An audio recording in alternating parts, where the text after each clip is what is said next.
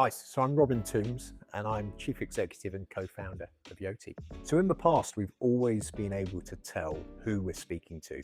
You shake hands, you look somebody in the eye, you see them in front of you. And it's only really where you get Mission Impossible type masks where that might actually not be the person you think it is. Online, it's a completely different story. So Yoti does millions of age checks every week. And for all of those age checks, it's absolutely crucial that we're estimating the age of the person who is looking into the camera. And if the person is tricking us by wearing a mask or presenting a photo on a screen or a piece of paper to the camera, we'll end up estimating the wrong person. So it is incredibly important that we can basically check that the person who is looking into the camera really is looking into that camera. So all of the companies who want to prove that they have good liveness use a company called iBeta to basically test their solutions. iBeta is a US company approved by the US National Institute of Standards and Technology to test liveness systems. So since 2019, 108 companies have passed iBeta level 1. That means when somebody puts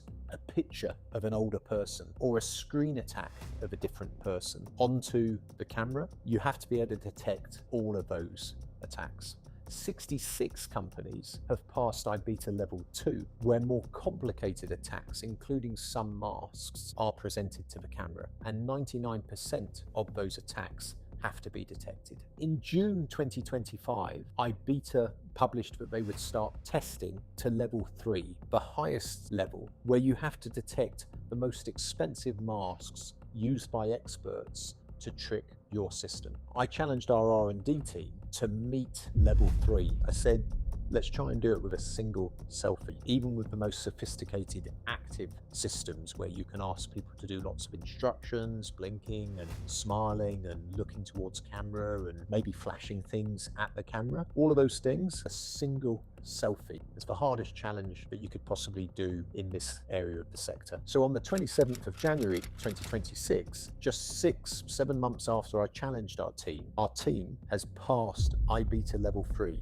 and they did it using just a single selfie so that anybody in the world would be able to prove their liveness in front of the camera. I was pretty impressed when the guys told me that they'd passed level 3 liveness, but when they also told me that they had detected every attack that iBeta had attempted. Let me just be clear how difficult it is to pass iBeta level 3. In iBeta level 2, you might have 2,000 attacks, and you might have 1 or 2 masks which get through, but as long as you detect 99% of masks, then you pass. In iBeta level 3, if any single mask gets through and you can repeat that once in the next 19 attacks with that mask, you fail iBeta level 3. So any expensive mask being used by any expert, they've taken 5 to 6 weeks of testing our systems, and we detected every attack, absolutely smash it out of the park. Hello, my name is Erlend. I'm the head of R&D at Yoti,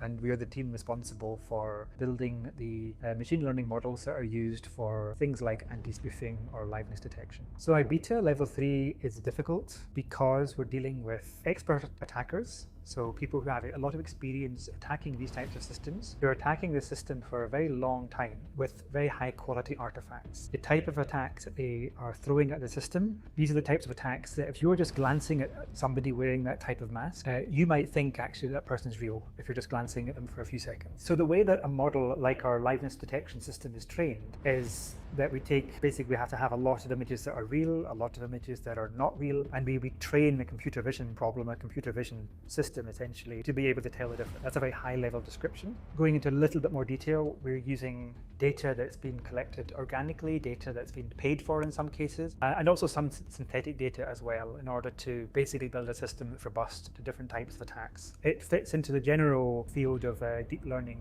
computer vision type model. We build essentially a deep learning computer vision model that is able to, by seeing enough examples of this type of data, is able to essentially tell the difference between what is real and what is an attack. So these models, they aren't generally on-premises models. We tend to run them in our infrastructure, and then people can call our infrastructure in order to get results. And the reason for that is mostly that these models are quite large. So actually hosting them is in itself a task. We also make improvements to those models, and we want those improvements to roll out smoothly across the board. It's much easier to do that if the models are in our infrastructure. There's other security implications as well, which is that you want to make sure that nobody's tampering with the result of the model. And it's quite hard to do that if the model is on the attacker's device. Rather than attacking the model at the input stage, they might actually go for it at the output stage. So having the models run on our own infrastructure means that the client can be sure that the result has not been tampered with. So the models actually, in terms of their overall size, they vary in size depending on which exact model is being used and also between different versions. Generally, what we would look at more than the size itself is just how long it takes for somebody to get a result from the model. You're looking at, generally you're going to get an answer in real time, and that means less than a second. So obviously, when we want to do a liveness check on an image, this means that the image is being sent to our servers, and that itself has security and privacy implications. During transit, this data is encrypted. When it reaches the servers, the image is decrypted, and then we are performing inference on the image in order to work out, is this a live image or is this a spoof attempt? And once that's been done, the image is then deleted. It's not used for any other purposes. So the image is not stored on disk. It's not used to train further models. The data itself is just used for the purpose of liveness detection and then deleted.